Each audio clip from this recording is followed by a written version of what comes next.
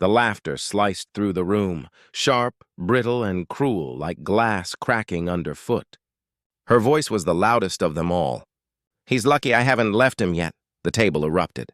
Even her father chuckled. Even mine.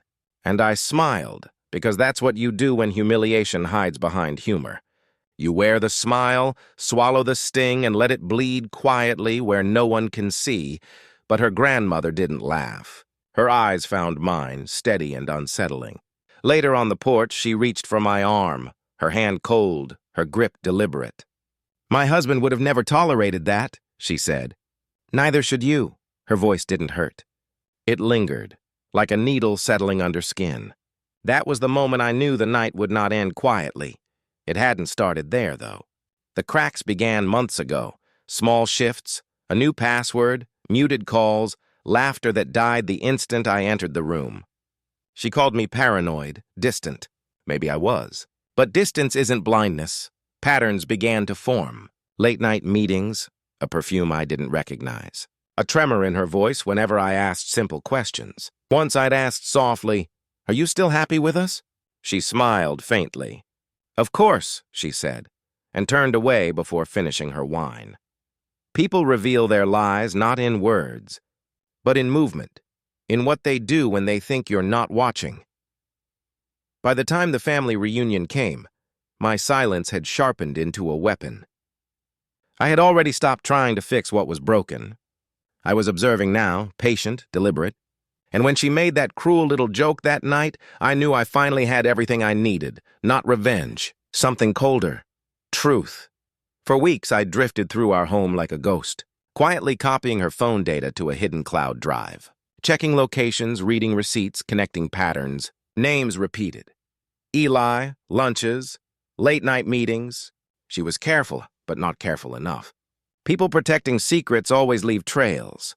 Then came the hotel invoices. Same date, different excuse? Her car smelled faintly of a man's cologne, not mine. You start to notice everything when your world begins to fracture. Still, I said nothing. No confrontation, no questions. Only observation. In public, I was still the calm, collected husband everyone knew. At night, I lay beside her listening to the rhythm of deceit breathing next to me. That's when I understood. This wasn't betrayal. It was revelation. She hadn't changed. She'd simply shown me who she truly was. And the difference between knowing and proving? Timing. And I had perfect timing. The evidence was precise. Printed, bound, time-stamped. Her messages. Hotel check-ins. Digital fingerprints. No drama. Just data. That morning, she stood in the kitchen making coffee, humming softly. I set the folder on the counter. "What's this?" she asked, smiling. I didn't reply. She opened it, and the color drained from her face, slow and silent. The air between us went sharp and sterile. "Who showed you this?" she whispered. "You did," I said. Her lips quivered. Tears came, the rehearsed kind, half regret, half fear. "I can explain." "No," I said quietly. "You can react. Explanations are for people who haven't already confessed in writing." She collapsed into a chair, shaking. I watched her with the detachment of a surgeon watching anesthesia take hold. 2 hours later, the family gathered again for dinner. Same laughter. Same pretense. I waited until everyone was seated. Then I stood. "I just want to make a quick announcement," I said evenly.